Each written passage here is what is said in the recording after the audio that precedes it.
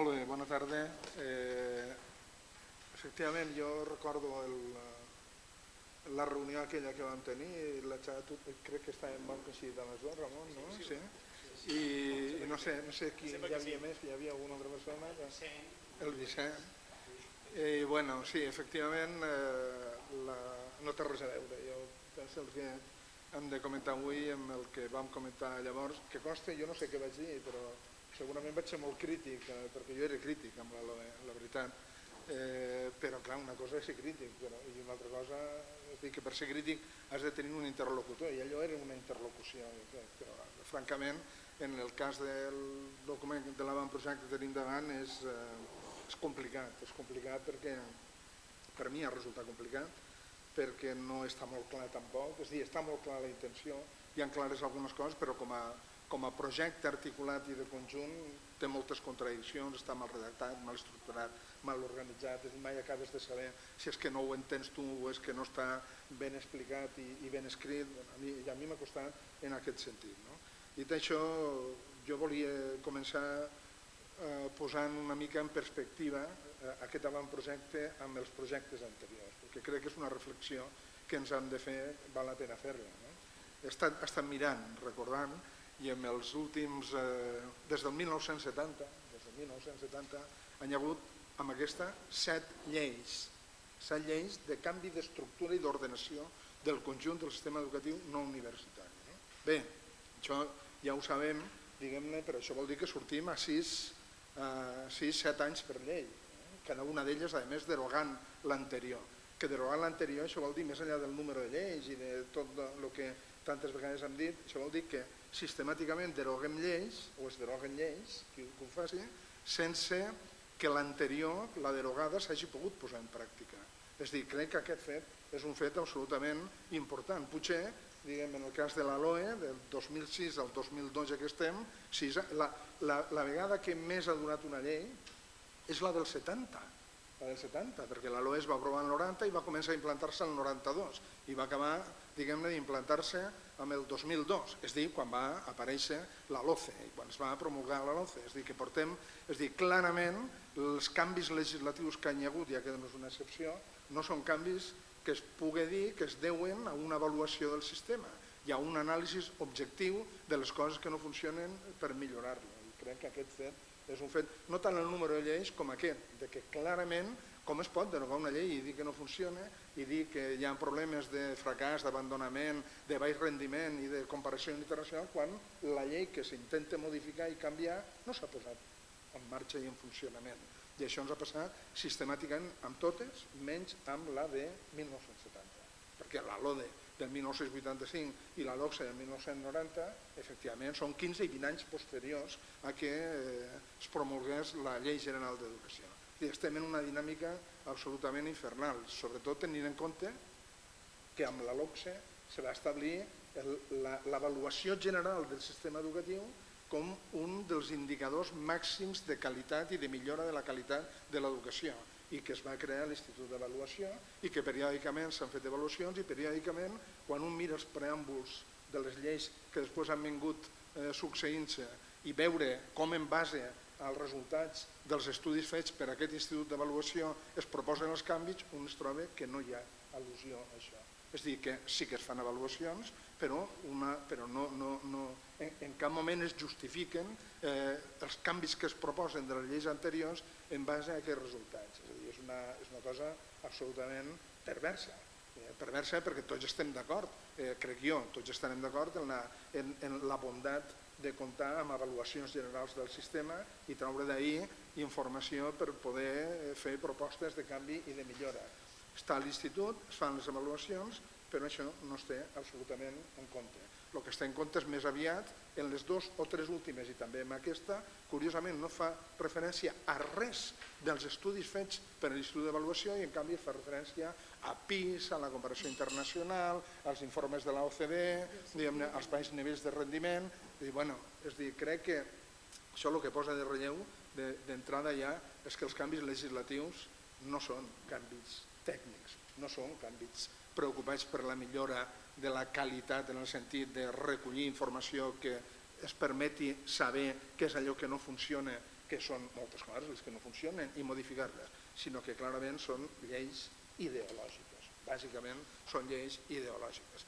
La cosa, a més, jo crec, per ser just, que es va començar en el 2002. En el 2002, la LOCSE es va promulgar en el 90, es va començar a implantar en el 92, l'estratègia aquella, que jo crec que va ser equivocada, que vam adoptar d'anar implantant curs a curs i curs a curs i curs a curs, doncs jo crec que es va cremar absolutament totes les possibilitats que hi havia de força i entusiasme, i el 2002 es va promulgar la LOCSE. Per tant, és una llei que en realitat no va haver una cohort sencera d'alumnes que poguessin passar per ella, i en base a això el discurs dominant ja sabem tots quin va ser, i el que va fer la LOCSE en el 2002 va venir la LOE en el 2006 i ara el 2012 un altre cop el canvi legislatiu amb la LOCSE. Per tant, jo crec que la primera cosa, dic tot això perquè crec que el debat no és un debat tècnic, no podem fer un debat tècnic de l'avantprojecte aquest, crec sincerament. Primer, per el propi articulat i per la manera com està plantejada. Si el féssim, des del punt de vista tècnic, és absolutament infumable. Però és que tampoc és fàcil, perquè com és un avantprojecte i com a més és un esborrany i com a més no acaba d'estar articulada, sempre poden dir que a nivell tècnic això ja després es resol i es concreta, però és que a part d'això, clarament, quan un mira una mica aquesta perspectiva que acabo de comentar i després ho veurem, se'n dona compte que en realitat el debat que s'ha de fer és un debat ideològic, i el que hi ha és clarament unes opcions ideològiques que després es vesteixen amb unes propostes tècniques que no tenen, d'altra banda, absolutament cap suport empíric en cap dels estudis, no fets aquí a Espanya, sinó ni aquí ni fora, ni amb el que té a veure amb els itineraris, ni amb el que té a veure amb les avaluacions. És a dir, no hi ha cap resultat empíric a nivell internacional que apoyi aquestes propostes tècniques, amb la qual cosa reforça la idea de que la base és una base ideològica. La qual cosa, no és... És a dir, a veure, jo tampoc vull descalificar-la en aquest sentit, però que el debat l'hem de plantejar a aquest nivell i a nivell ideològic, que és el que proposa aquesta llei. De totes maneres, entenc que si volguéssim fer una anàlisi rigorosa, que probablement jo crec que valdria la pena fer-lo quan tinguem el text articulat definitiu, perquè si no, insisteix que ara és molt difícil, hauríem de tenir en compte com a mínim 3 nivells, jo diria, i probablement un quart, que crec que seria el més interessant des de la búsqueda no només des de l'adopció d'una perspectiva crítica, sinó des de la perspectiva de mirar més enllà, del que són canvis en determinats aspectes de l'organització i del funcionament del sistema educatiu o del currículum o de la formació del personal o de les avaluacions o del que se vulgui, en el que ens vulguem fixar. Aquests 3 nivells primers jo diria que són quina és la visió de l'educació que transmet aquesta llei, en quina visió, és a dir, com entén que han de ser les funcions, les finalitats i els objectius de l'educació avui en dia en la societat actual. 2, com és una llei que té a veure amb la millora de la qualitat de l'educació, val la pena d'entendre's una mica com s'entén aquesta qualitat, com es defineix, com s'intenta mesurar, perquè d'aquí surten el que són els objectius, que és l'altre aspecte que es proposen en la llei, i les mesures i els canvis concrets o les modificacions de la LOE que proposa aquest avantprojecte, perquè no sé si sabeu, però en realitat no es planteja com una llei sencera com han estat les anteriors, sinó com una llei amb un article únic que el que fa és anar canviant i anar introduint modificacions en tot l'articulat de la LOE, la qual cosa fa molt més complexa i difícil encara l'anàlisi, i és un factor afegit, això que us comentava abans de la dificultat de treure una idea clara en una primera lectura de lo que és l'avantprojecte. Per tant, jo em centraré sobretot en d'aquests 3 aspectes, és a dir, visió de l'educació i de la qualitat de l'educació, objectius i mesures o propostes de canvi en respecte a la LOE. Em centraré sobretot en el primer, per fer una referència també als objectius i també als canvis, alguns dels canvis i de les mesures proposades que tenen a veure sobretot en temes de currículum i en temes que són més propers, perquè estic convençut que Ramon i Montse ja subratllaran els altres aspectes que jo no subratllaré, no perquè no siguin importants, sinó perquè els conec menys, puc analitzar menys i estic segur que ells els tocaran. I al final m'agradaria fer una reflexió i una consideració, perquè jo soc dels que penso que l'educació escolar, sempre després en la discussió ho comentem, necessita una revisió en profunditat. És a dir, els nostres sistemes educatius són sistemes educatius que estan muntats per una època, per un moment, per una fase històrica, per una realitat econòmica i social que ja no és l'actual i que per tant, diguem-ne, el que es necessita realment és veure, no ho crec jo, si ho cregués només jo no tindria molt d'interès, crec que és una tendència que avui en dia es pot detectar en tots els països avançats del món, que estan, diguem-ne, han entrat en la lògica de que ja no és possible o no té molt sentit anar fent reformes del mateix estil periòdicament cada 20 anys, diuen ells, o cada 30 anys, imaginem nosaltres, no? Sinó que s'ha d'entrar en una revisió en profunditat de què és avui en dia la funció o quines són les funcions que pot i ha d'assolir l'educació escolar. I s'ha entrat en aquesta dinàmica i hi ha propostes i s'han identificat tendències i bé, una reflexió interessant seria dir, més enllà dels canvis concrets respecte a la LOE, alguna d'aquestes preocupacions que avui en dia estan en el món de l'educació tot arreu del món, alguna d'aquestes tendències, desafiaments que es plantegen, propostes que s'exploren, es recull alguna cosa aquí? I la resposta ja us l'avanço, és dir, res, absolutament res. És com si estiguéssim en una illa dintre del món, és dir, res del que s'està discutint per ahir arreu del món. És veritat que no hi ha encara propostes concretes, definides, globals de reestructuració dels sistemes educatius, però el que són els eixos de reflexió, el que són les tendències, sí que estan identificats. Doncs bé, no hi ha absolutament res, més aviat les mesures que es proposen, els canvis que es proposen, malauradament van en un sentit contrari. I al final faré un apunt en aquest sentit. Vaig, doncs, diguem, aquesta visió de l'educació, tractaré 6 punts i em permetreu, perquè no vull, justament per la dificultat d'analitzar el text, per la raó que us deia, no vull inventar-ho i llegiré de vegades en quan algun fragment per il·lustrar les idees fonamentals que pensava, que em sembla que val la pena comentar. El primer, la llei no deixa, és a dir, una de les avantatges de l'avantprojecte és la seva coherència ideològica. És clara l'opció des del punt de vista ideològic. No hi ha absolutament cap dubte. Això és d'agrair. És a dir, això és d'agrair perquè a vegades en altres textos legislatius, jo diria, no ha estat tan clar. No està tan clar quin podia ser el referent o hi havia sempre alguns elements que en aquest probablement perquè és un avantprojecte i perquè encara no ha donat lloc a cap procés de negociació ni de debat, doncs és transparent. L'opció ideològica és transparent. L'educació té, diguem-ne, una visió de l'educació essencialment, bàsicament, jo diria exclusivament economicista, però economicista 100%. El primer pàrraf de l'avantprojecte, l'avantprojecte comença així. L'educació és el motor que promueve la competitividad de la economía y su nivel educativo determina su capacidad de competir con éxito en la arena internacional y de afrontar los desafíos que se planteen en el futuro. Punt. Aquest és el primer pàrraf. És a dir, està clar, diguem-ne, determina. Clar, avui en dia dir que l'educació determina el nivell de competitivitat d'un país internacional és que és gran, no? Vull dir, quan molta gent, com sabem tots, se n'ha d'anar perquè aquí no troba feina, gent ben formada perquè el sistema productiu no té capacitat per donar-li llocs de treball, que responsabilitza l'educació i que es continua amb aquesta línia, perquè no és matitzat, no és que diu això i després diu que també, però que... No hi ha cap matís. És l'educació la que determina és la paraula, és a dir, sorprèn d'una manera curiosa, a mi m'ha sorprès, és a dir, ja m'ho esperava, però que fos tan clar, tan evident i sense cap matís, que no hi hagi cap responsabilitat que s'atribueixi a altres sectors socials, que el món empresarial, el món econòmic, el món financer, no tingui absolutament cap responsabilitat en el tema de la competitivitat i que tot caigui en l'educació, és una trampa terrible.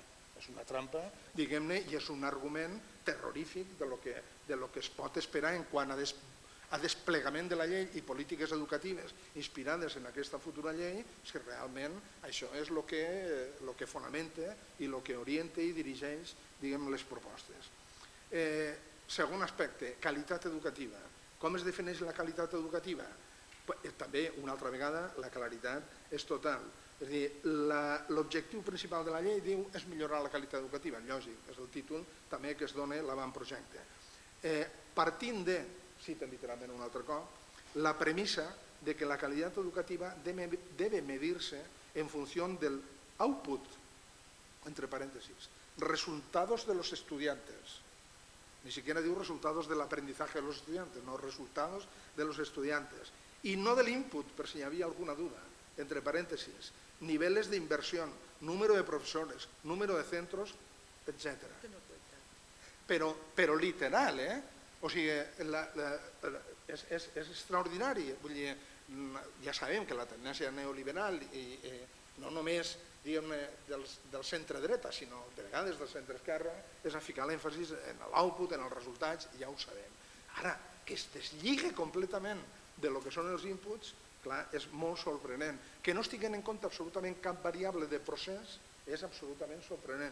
I que es faci bo l'argument, que jo crec que hi hauríem de fer una altra crítica, que moltes vegades des de postures de centre-esquerra també s'ha manejat, de que els recursos no són importants, de que el que són importants, diguem-ne, són els resultats, em sembla que és terrible, clar, perquè això és un argument que justifica ja a partir d'aquí absolutament tot. És a dir, no és que són importants els outputs, és que no tenen res a veure els inputs en els outputs. El segon aspecte que em sembla que convé tenir present, perquè no hi ha un cop més el que sorprèn, diguem, tant en el preàmbul com en l'articulat, no és tant això que ja era esperable, sinó la contundència i la falta de matís i de matisació i de res que d'alguna manera pugui donar la impressió de que es pensa això, però bueno, hi ha altres factors que es consideri que s'accepta que poden tenir algun efecte modulador. No es tenen. El pas següent, òbviament, un cop entès així l'educació i entesos la qualitat educativa, és quins són els factors, diguem-ne, que intervenen en aquesta qualitat educativa. Què és el que fa? Si no són els inputs els que tenen a veure amb els resultats, els outputs, que són els que mesuren la qualitat educativa, què són? I un cop més aquí trobem una resposta, jo diria que en aquest cas és particularment rància, si em permeteu l'expressió, perquè el factor fonamental que s'assenyala és ni més ni menys que el talento de los estudiantes, identificat així com un don natural, és a dir, com algo que els alumnes tenen, d'acord? I que tenen en graus diversos i de maneres diferents. I com tenen en graus diversos i de maneres diferents, llavors una educació de qualitat és l'educació que té en compte aquests talents diferents per oferir vies formatives diferenciades en funció dels talents que tenen els estudiants. Aquesta és l'argumentació. Us la llegeixo perquè veieu que no estic exagerant un cop més. Diu, todos los estudiantes poseen talento, pero la naturaleza de este talento difiere entre ellos, por lo que el sistema educativo debe contar con los mecanismos necesarios para reconocerlos y potenciarlos. El reconocimiento de esta diversidad entre alumnos en sus habilidades y expectativas es el primer paso de cara al desarrollo de una estructura educativa que contemple diferentes trayectorias. La lógica de la reforma se basa en la evolución hacia un sistema capaz de canalizar a los estudiantes hacia las trayectorias más adecuadas a sus fortalezas. No hi ha els inputs, no compten per res, el que compta són els resultats depenen dels talents, per tant el que ha de fer el sistema educatiu és preveure, diguem-ne, quines són les vies formatives més adients per la distribució, segons la curva de Gauss natural, diguem-ne, serien els talents en la societat. És tan simple i tan meridià i tan clar com això. No és l'únic factor, després se n'afegeixen uns altres, el quart punt que us volia assenyalar, i els altres factors, tots els factors que s'esmenten com responsables de la qualitat educativa, és a dir, dels resultats d'aprenentatge dels estudiants, a part d'aquest del talent, són els següents. Un, la simplificació del currículum i el reforç dels coneixements instrumentals. Clar, la simplificació del currículum vol dir, evidentment, eliminar tota l'optativitat, com després comentaré, i el reforçament dels instrumentals vol dir el tornar a lo bàsic, però en el sentit més tradicional, diguem-ne, en què s'entén el del back to basic, realment, les 4 R's, llegir, escriure, comptar i tal, i això és absolutament un dels factors que aquí és un dels llocs on clarament o menteixen o no estan documentats o algú els ha enganyat o els ha enredat, porque diu que los estudios comparativos internacionales muestran que los mejores resultados se dan en aquellos sistemas que simplifican el currículum i que tal. No és veritat, no és veritat, és justament el contrari. Llavors no sé d'on treuen això ni per què ho diuen així. Un altre factor és el desenvolupament de sistemes d'avaluació externa censales, no d'avaluació externa en el sentit d'una avaluació del sistema educatiu o d'avaluacions de diagnòstic com contempla, diguem-ne, la LOE, sinó censales. Això vol dir que censales vol dir d'avaluació externa a tots els alumnes. Després, a més, com veureu, diguem-ne, no un cop, ni dos, ni tres, ni quatre, sinó fins a 5 avaluacions externes censales, que un cop més diu que això, els estudis internacionals demostren, jo no he vist de veritat i ho ha buscat absolutament cap estudi, diguem-ne, que pugui donar suport a aquesta proposta. L'increment, quart factor, a part dels 3 anteriors, l'increment de la transparència dels resultats. No sé el que vol dir i no ho explica tampoc. Sincerament no sé què vol dir l'increment de la transparència dels resultats. Vol dir que algú enganya quan dona els resultats? Vol dir que la inspecció no dona els resultats ja dient? Vol dir que els centres, diguem-ne, no ho sé, perquè no ha trobat l'explicació, diguem-ne, de què vol dir això. La promoció, factor següent, d'una major autonomia. Molt bé, això és un lloc comú, ja ho sabem tots, després veurem com s'entén aquesta autonomia, i una especialització dels centres educatius. Com a factor de qualitat, una especialització dels centres educatius en l'educació bàsica i obligatòria. El factor següent, l'exigència de rendiment de comptes a l'alumnat, als centres i al professorat i la incentivació de l'esforç. Faltaria més, però aquí el sorprenent, que un podria dir, molt bé, rendiment de comptes, d'acord, és una tendència general i els serveis públics, i molt bé. Ara, és molt sorprenent que sigui als centres, al professorat i a l'alumnat i a l'administració, no? No té cap responsabilitat. Diguem-ne, totes les instàncies de planificació, de gestió i d'administració del sistema educatiu, una avaluació del sistema educatiu és una avaluació que ha de tenir en compte tots aquells nivells que són decisius en el funcionament del sistema. Doncs no. A partir d'aquí, òbviament, es defineixen els objectius que en coherència amb l'anterior i amb aquestes opcions bàsiques de tipus, com veieu, tots són opcions de tipus ideològic, no són opcions tècniques i no es pot fer a aquest nivell, o jo no ho he pogut fer o no he estat capaç de fer un anàlisi tècnic perquè no tinc en què basar-me per fer-la. Els objectius són, cito literalment, los principales objetivos que persigue la reforma son, por tanto, reducir la tasa de abandono temprano de la educación y la formación.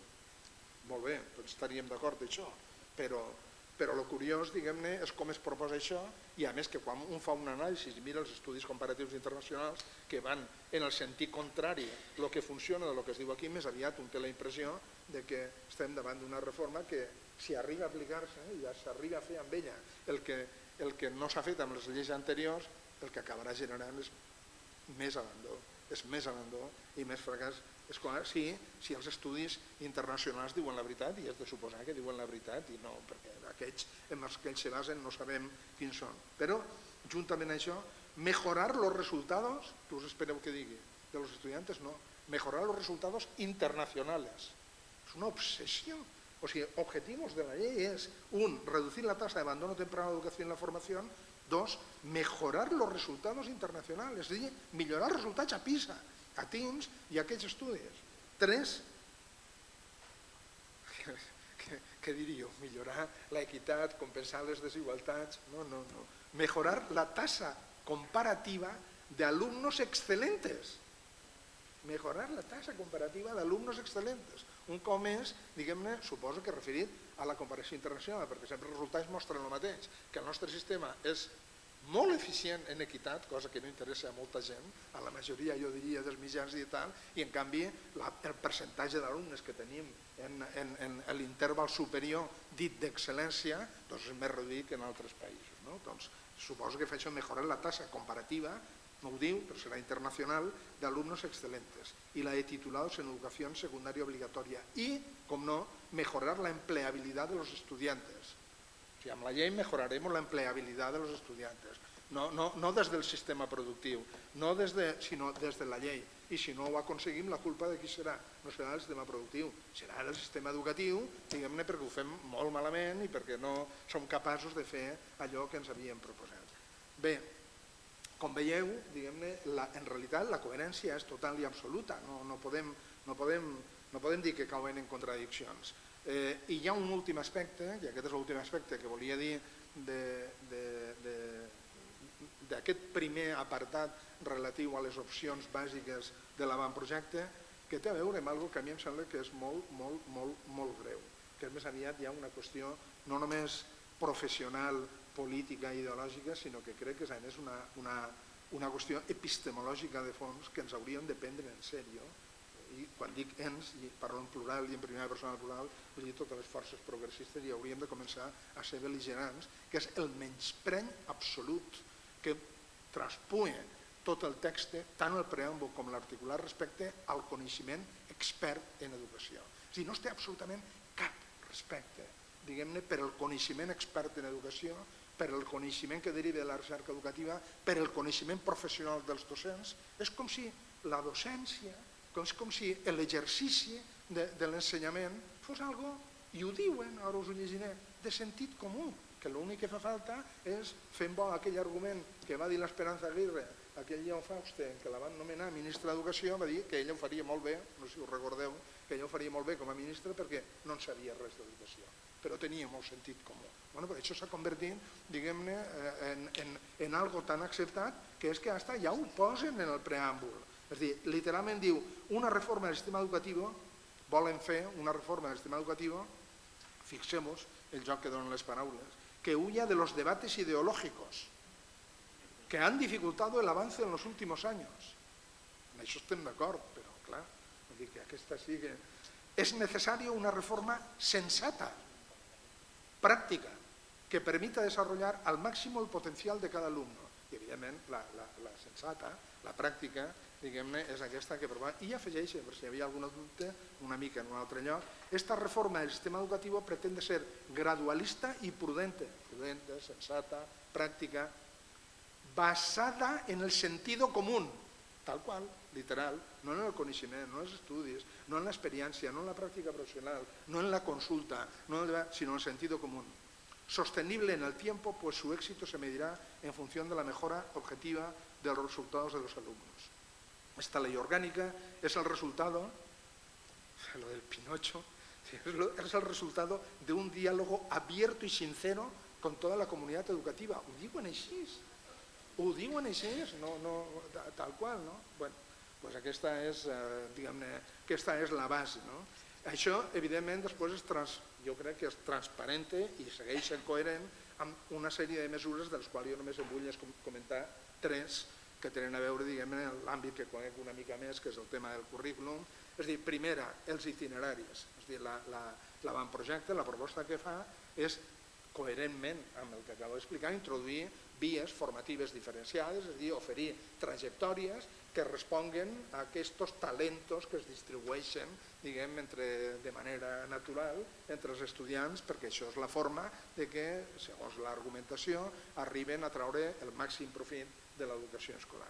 Però s'introdueixen, de fet, fins ho ha pogut entendre, perquè no sempre és clar la manera com ho expliquen i tal, però fins ho ha pogut entendre, crec que ho ha entès, perquè ho he llegit diverses vegades per assegurar-me i ho ha contrastat amb altra gent, introdueixen fins a 3 moments de diversificació dintre de l'educació bàsica obligatòria. No un, no 2, sinó 3. És a dir, per començar, en el quart curs de l'ESO, en realitat el quart curs de l'ESO deixa de formar part, diguem-ne, del tronc comú, diríem, i hi ha 2 itineraris diferents. Els alumnes que van a fer un itinerari que es diu de les ensenyances acadèmiques, ja tampoc està clar, i un altre que és el de les ensenyances aplicades. El de les acadèmiques porta el batxillerat i el de les aplicades porta, diguem-ne, la formació professional de grau mitjà. Sempre i quan, com després comentaré, es superen la revàlida corresponent, perquè tots 2 tenen revàlida, però els de les ensenyances aplicades, encara que superen, diguem-ne, la revàlida, només poden anar, diguem-ne, als cicles formatius de grau mitjà professional. Només els que superen la revàlida de les ensenyances acadèmiques podran anar diguem-ne, al batxillerat. Dos, s'introdueix una cosa curiosíssima, que m'ha costat entendre-ho, us ho asseguro, que es diu ciclos bàsicos de formació professional. Ciclos bàsicos de formació professional vol dir que a partir del tercer curs de l'ESO alguns estudiants podran fer el que podríem dir, abans es deia d'alguna manera, programes d'iniciació professional o programes de diversificació curricular, però ara es podrà fer a partir dels 15 anys, a partir del tercer de l'ESO i, evidentment, diguem-ne, després, a partir d'ahir, això el que dona és un nivell de qualificació, si no recordo malament, de nivell 1, diguem-ne, i es pot accedir mitjançant una prova i tal, i no sé què, als cicles formatius de grau mitjà. Per suposat, ja es pot tornar, diguem-ne, més a lo que és les vies acadèmiques. I tercer, des del segon curs de l'ESO s'introdueixen una cosa que se'n diu programes de refuerzo y de rendimiento, no, de refuerzo del aprendizaje y del rendimiento, des del segon curs de l'ESO. Separant, és a dir, una vegada més, com una variant, és a dir, això vol dir que tindrem des de, és a dir, imagineu-vos, a part dels aspectes ideològics, tècnicament i organitzativament, com això, diguem-ne, es pot arribar a organitzar i a muntar en un centre educatiu. Jo penso que qui ha dissenyat això no ha pensat, no sap, diguem-ne, el que és un centre ni com funciona un centre. Bé, segon aspecte i segons canvis que voldria comentar, les avaluacions. Aquestes avaluacions externes, censales, els criteris de les quals i les característiques de les quals es reserva com a competència exclusiva del govern espanyol. D'acord? És a dir, que totes les proves, els criteris i les característiques de les proves, l'avantprojecte diu que seran establertes per al govern de la nació, no per les administracions autonòmiques, sinó per al govern de la nació. I es plantegen 6 proves censals. Una a l'acabar tercer de primària, una altra a l'acabar sisè de primària. Aquestes no tenen aspecte de revàlida, però clar, sí que en base a això se suposa que s'han de prendre mesures de repetició, de curs o de promoció. Després hi ha una altra en tercer d'ESO, una revàlida a acabar ESO, tant per als que fan les ensenyances acadèmiques com per als que fan les ensenyances aplicades, se suposa que no, per als que fan ciclos bàsicos de formació professional, perquè aquests ja no fa falta, perquè ja no tenen accés a un altre lloc, ni tampoc per als altres que fan els programes de refuerzo des de segon, però sí al final de l'ESO, i en base al qual centre o no centre als cicles formatius de grau mitjà o al batxillerat, segons el tipus de revàlida. I una altra revàlida a l'acabar el batxillerat, en funció de la qual s'accedeix o no als estudis superiors universitaris. Aquells que no superen la revàlida, però que sí que hagin aprovat totes les assignatures de batxillerat, aquests podran accedir als cicles superiors, als cicles formatius de grau superior. És a dir, indirectament el que fan és tornar clarament des dels 13 anys a la formació professional com una via absolutament desprestigiada i absolutament de segona. Tampoc s'entén un cop més com poden afirmar que un dels objectius de la reforma és dignificar la formació professional i l'empleabilitat i tal. L'últim comentari, i acabo per no haver els companys, és el que té a veure amb el currículum. L'autonomia del centre s'entén com a autonomia a nivell, diguem-ne, de l'exercici de la funció de direcció del director, ni siquiera de l'equip directiu, bàsicament. Perquè des del punt de vista del currículum el tancament és absolut i total. O sigui, allò del model de currículum obert, nivells de concreció, autonomia curricular, zero. És a dir, en primària, perquè us feu una idea, desapareixen els cicles. Desapareixen els cicles en l'educació primària. S'estableix curs per curs les assignatures, la qual cosa vol dir que quan surtin els ensenyaments mitjans mínims, que dit sigui de pas, el percentatge que reserva el govern de la nació passa de 55 i 65 a 65 i 75 respectivament en funció de que hi hagi o no una llengua cooficial, és a dir, que s'incrementa un 10%, quan surtin aquests decrets d'ensenyaments mínims, òbviament sortiran per curs.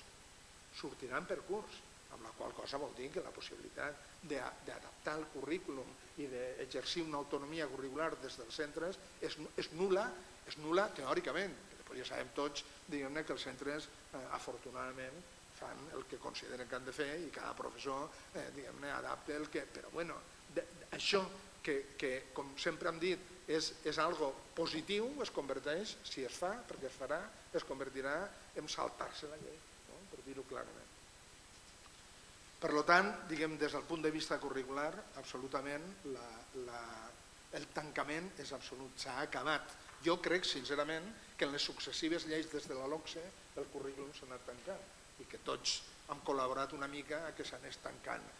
Primer partíem, recordareu, d'uns currículums per etapa, que els projectes educatius i projectes curriculars tenien que adequar i rellegir i distribuir per cicles, d'ahir van passar a tancar-ho per cicles i ara, després per cursos a secundària i ara ja no queda res. La qual cosa no és obstacle perquè continuem parlant de la importància de l'autonomia curricular i de l'autonomia pedagògica i de la capacitat de lideratge pedagògic dels directors. En resum, i acabo, en tot cas després en la discussió podem comentar si voleu el tema aquest de fins a quin punt les tendències emergents que es detecten en altres indrets i les preocupacions que estan sobre la taula en aquesta reflexió sobre les funcions i les característiques de l'educació escolar avui en el marc de la societat en la que vivim ha de tenir i com s'ha d'orientar aquesta revisió, després ho comentem.